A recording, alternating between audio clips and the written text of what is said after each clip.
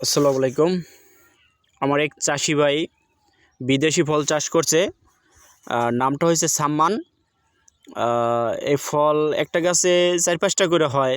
আমার চাষি ভাইয়ের একটু থিওরিতে ভুল হওয়ার কারণে গাছে পর্যাপ্ত পরিমাণ খাদ্য দিতে পারে নাই। যে সময় ওষুধটার প্রয়োজন ওষুধটা ইউজ করতে পারে নাই, এই জন্য গাছের কন্ডিশনটাও খারাপ।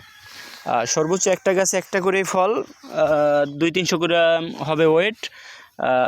যে পরিমাণ খাদ্য দরকার।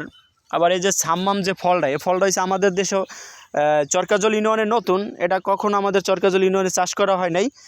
এটা রাঙ্গাবালি বলে চাষ করছে, আমাদের চরকাজল ইউনিয়নে নতুন, তাই চাষি ভাইরা অত ভালো জানে না।